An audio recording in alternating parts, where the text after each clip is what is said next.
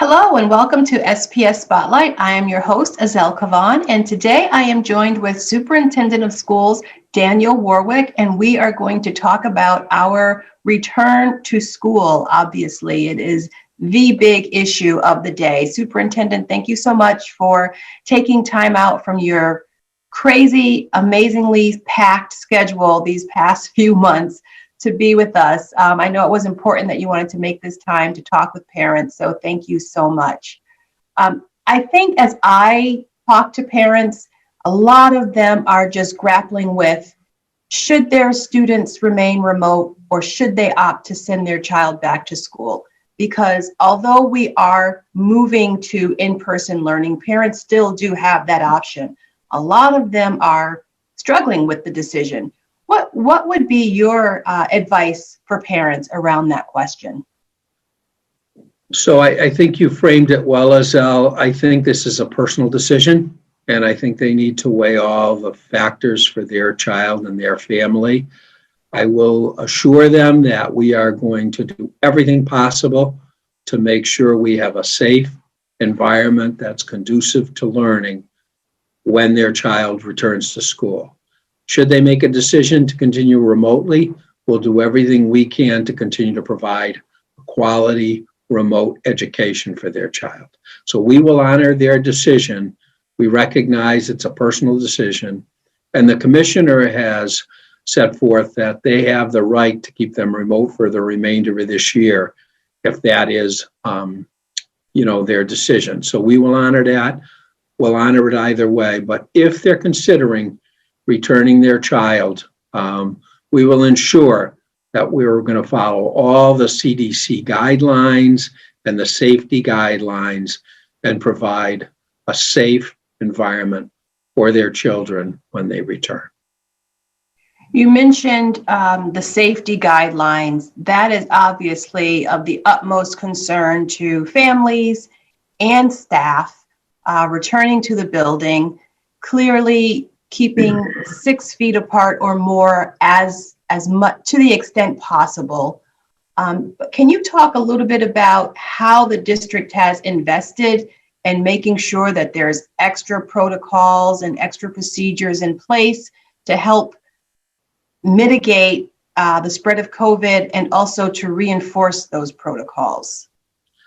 Yeah, we've gone to great lengths to plan a safe return for our kids, including the biggest projects, of course, are the ventilation systems. So we've improved the ventilation systems in all of our buildings, go way beyond the DESI standards to actually reach a higher standard, the ASHRAE standards, so that, the biggest concern, of course, with an airborne virus with a spread is the ventilation systems.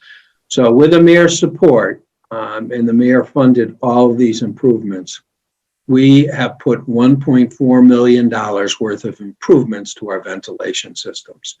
So depending on the type of ventilation system, we reach a very high standard. We hired an industrial hygienist from O'Reilly, Talbot, and Oaken, Bob Kirscher, and he has made recommendations for all 50 plus of our schools as to what we need to do to meet the quality air standards with ASHRAE for a safe reopening for our kids. So that's one big piece.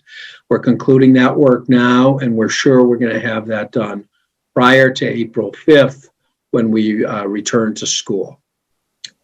Other work that we've done, we're working with our custodial teams to make sure we're meeting all the cleaning standards recommended by DESI and the CDC to make sure, again, we have a safe environment. We're following all those protocols. We bought specialized cleaning equipment for the schools to adhere to that, including some defoggers and things like that. So we're going to have everything we need. We've purchased all the PPE, working with our Department of Public Health and our nursing supervisor, so that we have the masks, the gowns, whatever is necessary for the different staff, and making sure our kids have the masks they need so that we can not only maintain the 6 feet, but have the proper standards.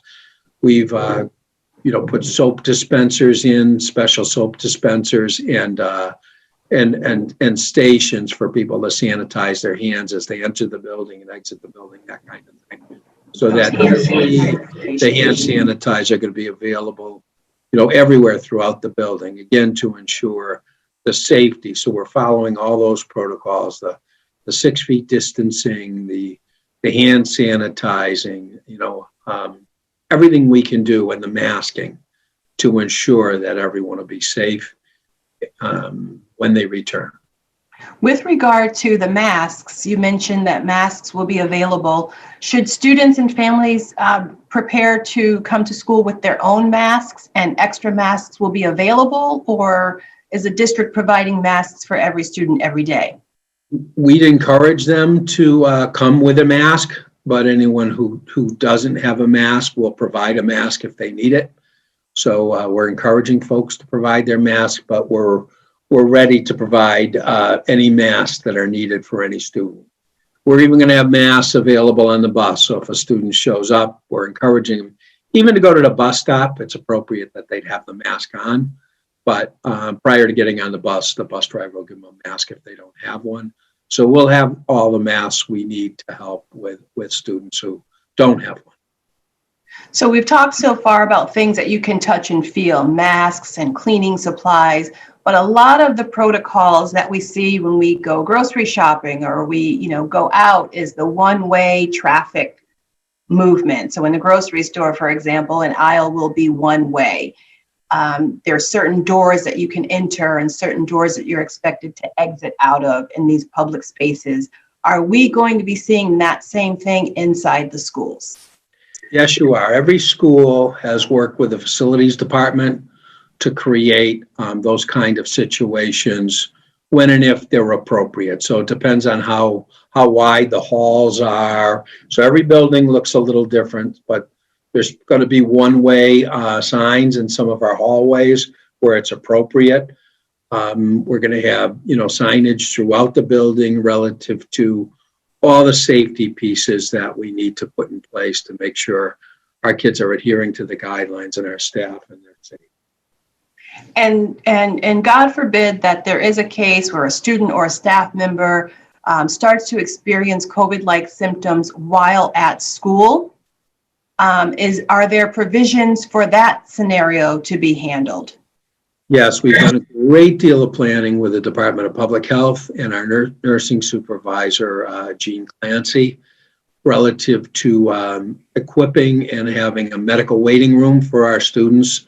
So if a student arrives at school or during the day, shows some symptoms, we'll be able to have the nurse intervene, get them to the medical waiting room, and then we'll contact the parents so they can get them home and tested and so on to make sure they're safe. So we're going to provide that right away to intervene so that the virus wouldn't be able to spread to anyone else.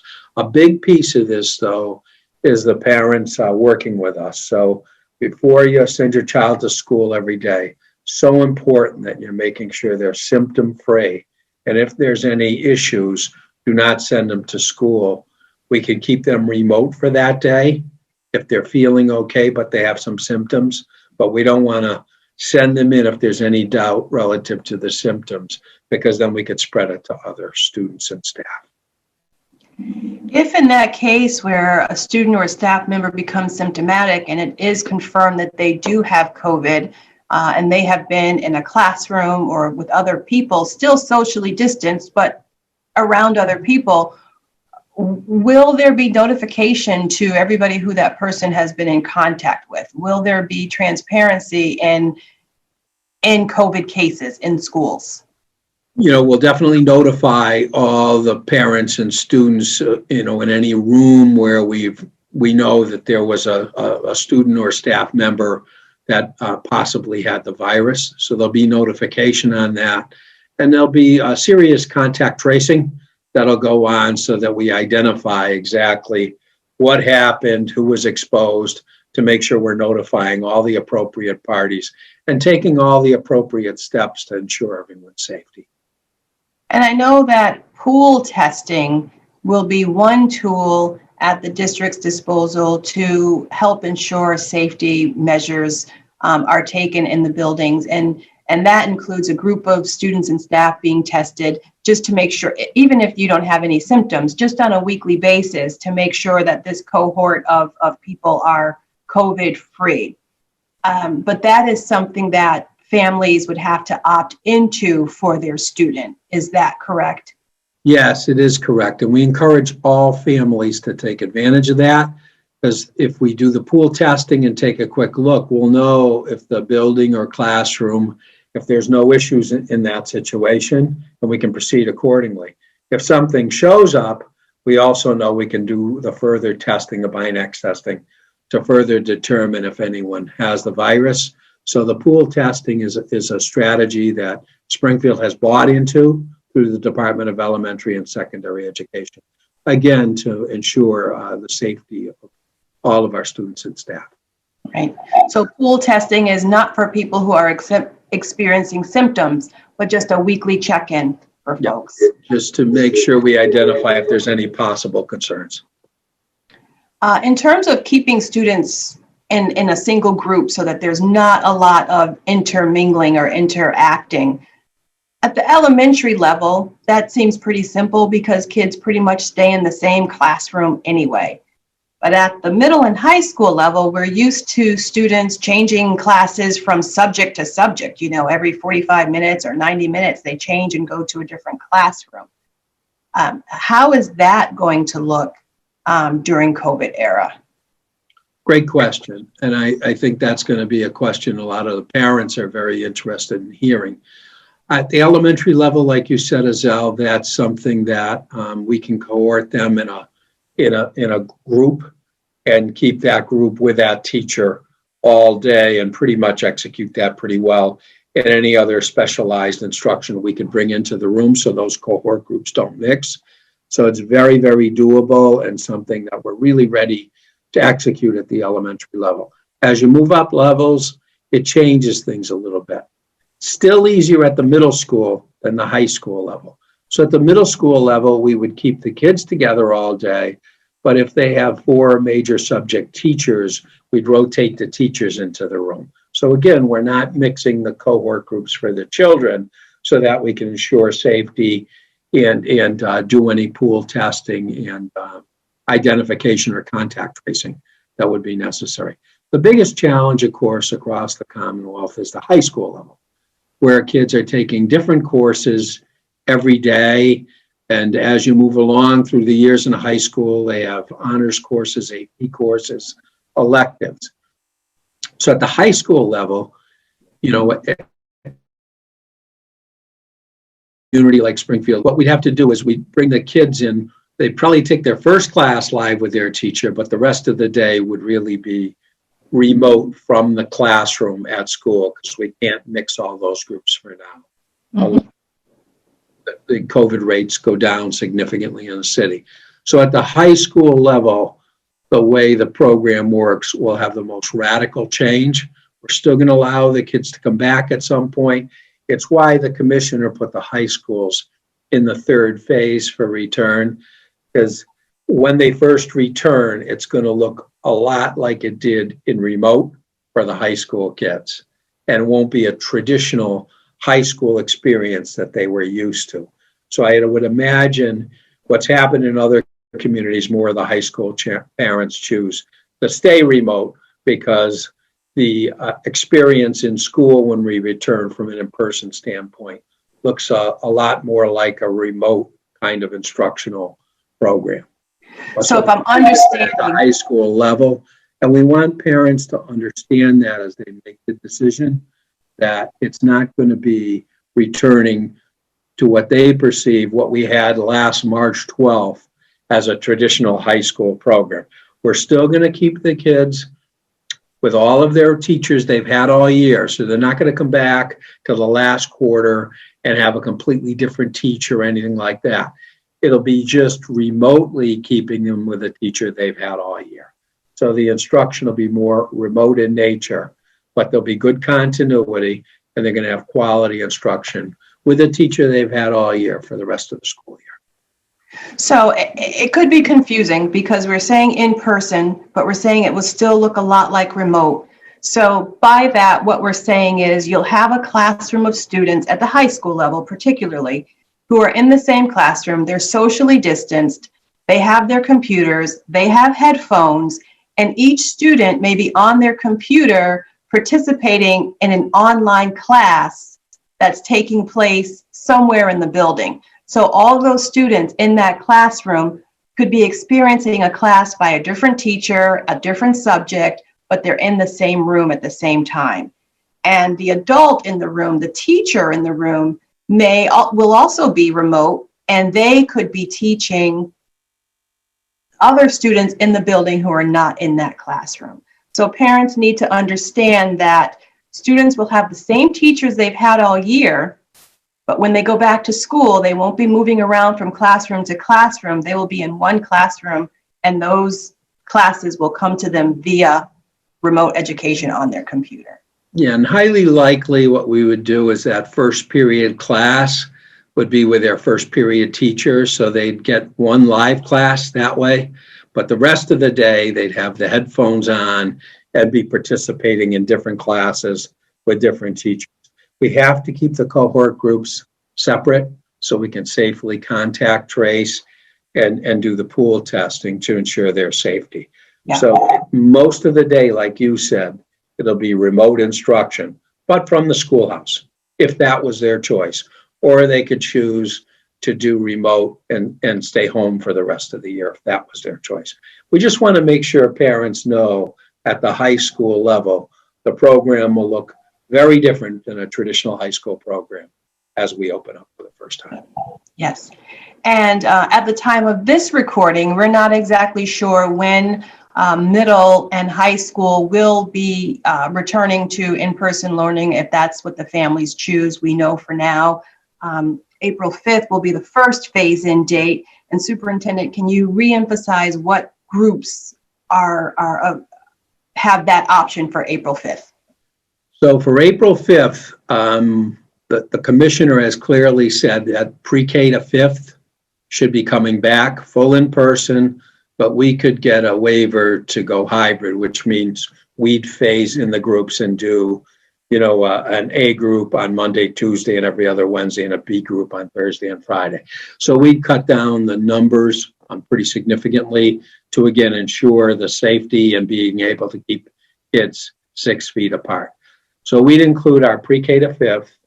We're going to suggest to school committee it's a good idea for us to bring the 6th graders back also in the middle schools so that we can phase that return.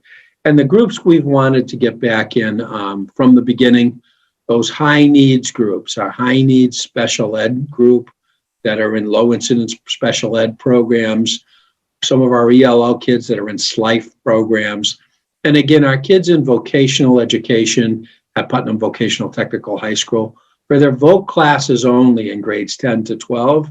And it'll be easy for us to keep those kids in the cohort in their shop because that's how their instruction occurs every other week. So we'll be able to organize that for them because they need that hands-on instruction, and we can do that safely. So those are the groups we'd be planning to recommend to school committee to be our first group coming in on April 5th.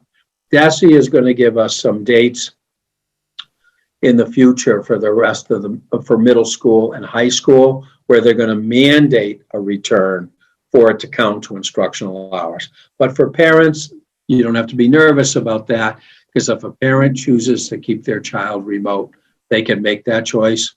But we're going to need to open up for those kids so the parent have the option. And then each family can make the decision. Or the commissioner wouldn't count the instructional hours, which he has the authority to do. So that would create huge problems for the district. So I see all the districts opening up on April 5th for the commissioner's order. Many of them across the Commonwealth are already opened, but that's our plan for April 5th. And we'll have more information when we get a clarification from the commissioner about when the rest of the middle school and high school kids will phase in. A phased in approach is sensible, and the high school being the third group for the reasons we talked about earlier is the most sensible approach. Superintendent, you have been in public education for over 40 years. and have never seen anything like this. I've heard you say that many times, and I've heard many people say that. It just is such a monumental task to reimagine education the way the world has had to in this last year. In closing, if you could just talk about just generally how the district has gone about that, and just what your thoughts on our ability to handle the situation as it continually develops and redirects and changes. Well, we're very fortunate in the city of Springfield. I think that we actually invested heavily in technology some years back, much more than most other districts in the Commonwealth. That positioned us well for what happened on March 12th. Not that any of us could have ever envisioned what was going to happen on March 12th.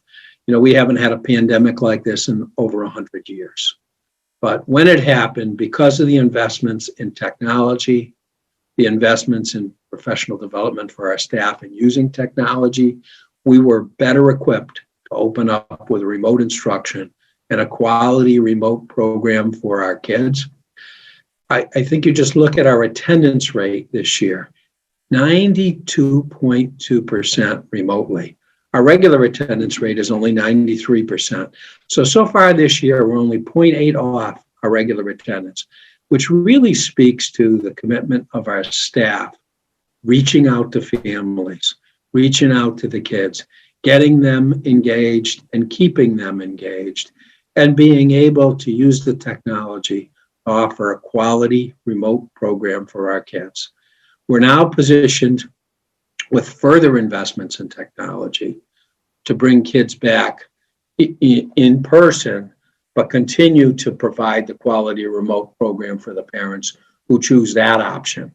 Or on the days certain kids in a hybrid plan might be in the A or B group. So Springfield has invested heavily. Our mayor and school committee have been very, very supportive, providing all the technology upgrades, the HVAC upgrades, the PPE supplies, and upgrades to our building so that we're positioned now to transition to a quality in-person model as well as a quality remote model. And, I feel very comfortable ensuring our families that we're going to provide a great model for their kids for the rest of the year and the opening for next year.